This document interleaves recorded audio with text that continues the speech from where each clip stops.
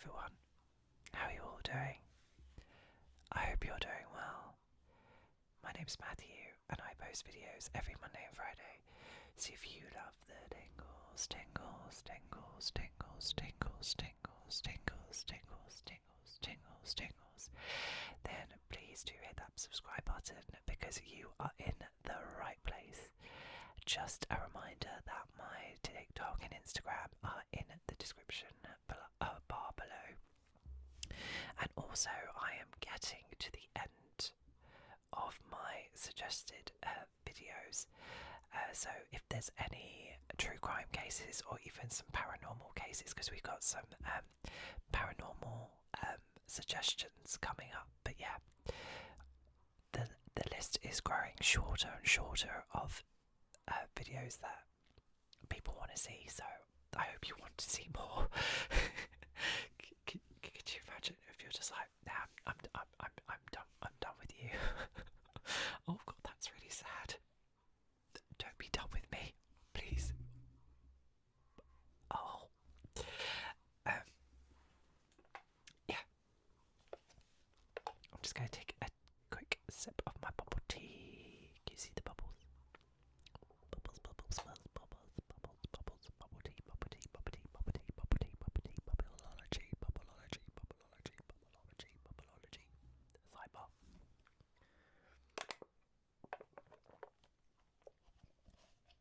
Oh, so yeah. I can drink these every day. If you're curious, my go-to is always passion fruit tea with mango balls. It's delicious. Delicious.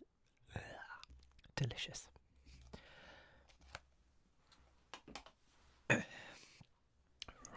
guys, let's get into tonight's true crime ASMR session.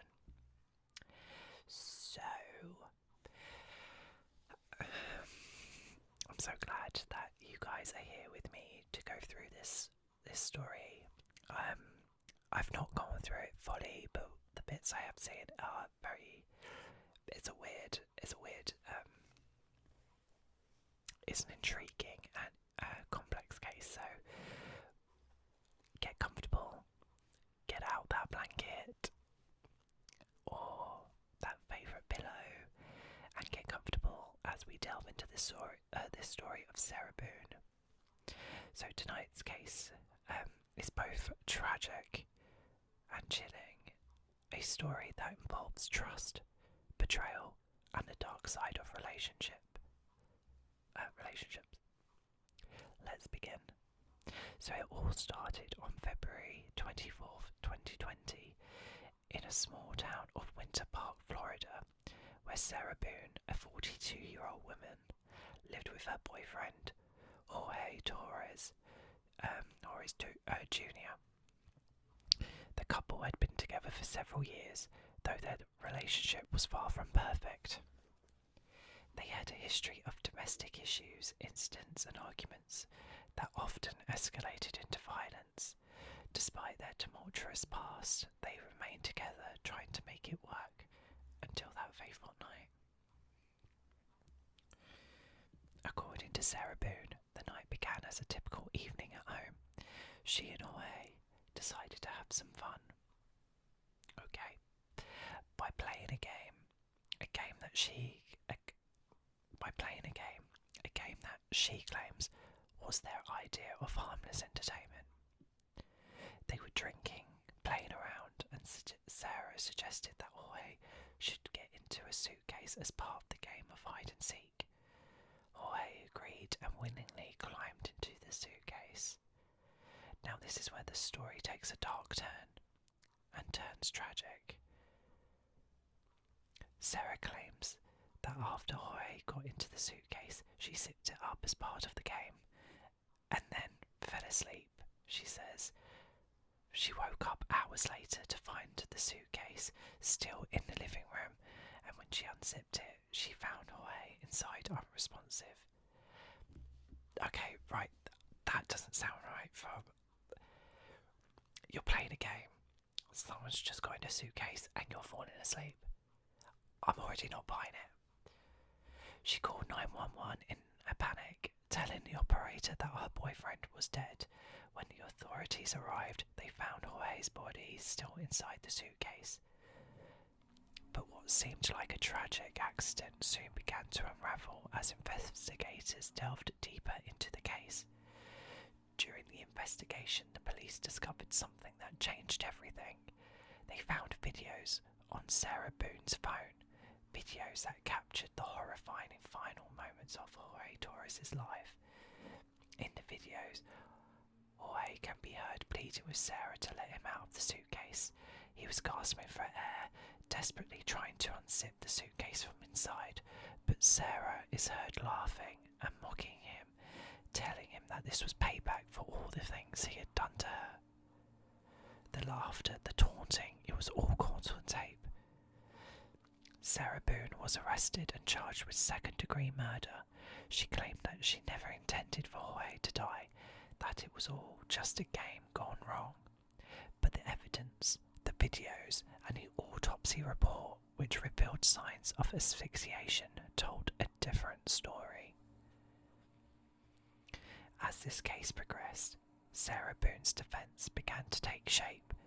Her legal team had argued that that the incident was a tragic mistake, a misunderstanding of what was supposed to be a playful game.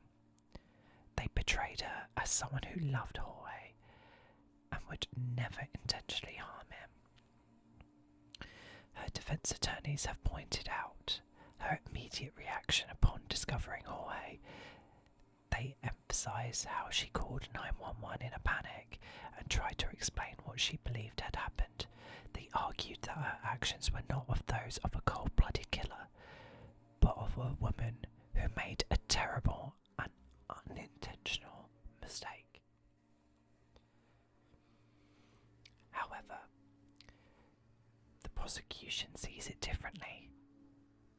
They argue that the videos tell a more sinister story.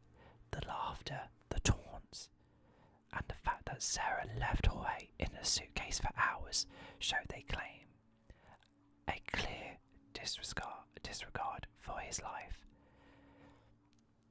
The prosecution is pushing hard for a conviction, stating that Sarah's behaviour was not accidental, but rather deliberate and malicious. As the trial approaches, Sarah's defence team continues to fight to have key evidence, like the videos, either excluded or explained in a way that fits their narrative.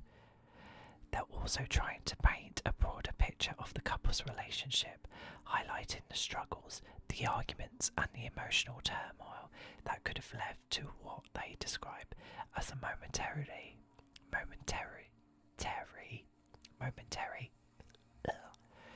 lapse in judgment. The case has been postponed several times with legal manoeuvres and new evidence causing delays. Sarah Boone remains in custody, awaiting her day in court, where her fate will be decided by a jury who will have to weigh the evidence and decide whether this was an unfortunate accident or something more intentional. So, for those who don't know as well, is that Sarah is defending herself. She's fired her legal team and she's the one defending herself.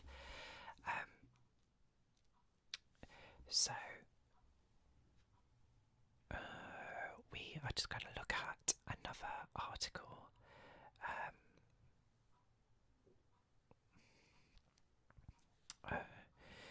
So it's been over 4 years since her arrest, but Boone has yet to stand trial.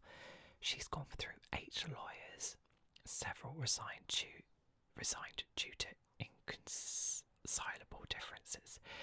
I'm thinking they know she did it, and they can't defend her because they know she's done it. I'm guessing, because I think a lawyer can pull out if they think you've done it or if they know you've done it. I don't know. Anyway, so in June, Orange County Circuit Judge Michael S. Graynick ruled that Boone had forfeited her right to legal counsel and must represent herself at an upcoming trial. Boone is also creating issues for the jail staffers according to newly released inmate behaviour notes. The document stated that Boone was informed she had an attorney visit on the 8th of August. She requested that the name of the attorney, since no attorney was assigned to her case. Inmate Boone stated that she does not feel comfortable visiting anyone that she doesn't know because crazy people, Wonder Dog, have been reaching out and scheduling visits, with her claiming to be someone they're not. The document said staff told Boone's attorney his name, but he left due to a delay in her response as to whether she would like to meet him or not. When she learned that he had left, she became upset. Boone said she had met with the lawyer before, and he had travelled from Tallahassee. I butcher the words, I'm sorry, to see her. It was explained to inmate Boone that we are not responsible for his departure, the document stated. On August 14th, Boone was reprimanded for negative behaviour. While Boone was at a hearing that day, jail staff discovered she'd altered the pant seam on her jail uniform with staples. Boone was granted the right to appear in court without handcuffs that same day. Staff told Boone her altered clothes were considered contraband and she was given a new uniform. According to the documents, she was told not to wear the altered uniform prior to her court appearance. More staples and paper clips were found among Boone's property during a search on August 17th. During the search, inmate Boone became argumentative and questioning staff why her property was being searched. I explained to inmate Boone that she was subject to search at any time. Inmate was not receptive, the documents read. As Boone begins to represent herself, she has raised concerns about not receiving some of her discovery materials. The behaviour notes detail discovery materials being shared with Boone. However, on August 16th, she declined to use 3 USB drives and a hard drive because she needed a mental break. Boone's trial is expected to begin on October 7th. The trial will not be delayed for any reason except extraordinary good cause, and such extraordinarily good cause shall not include retention of counsel by the defendant. So, that's kind of the latest trial information.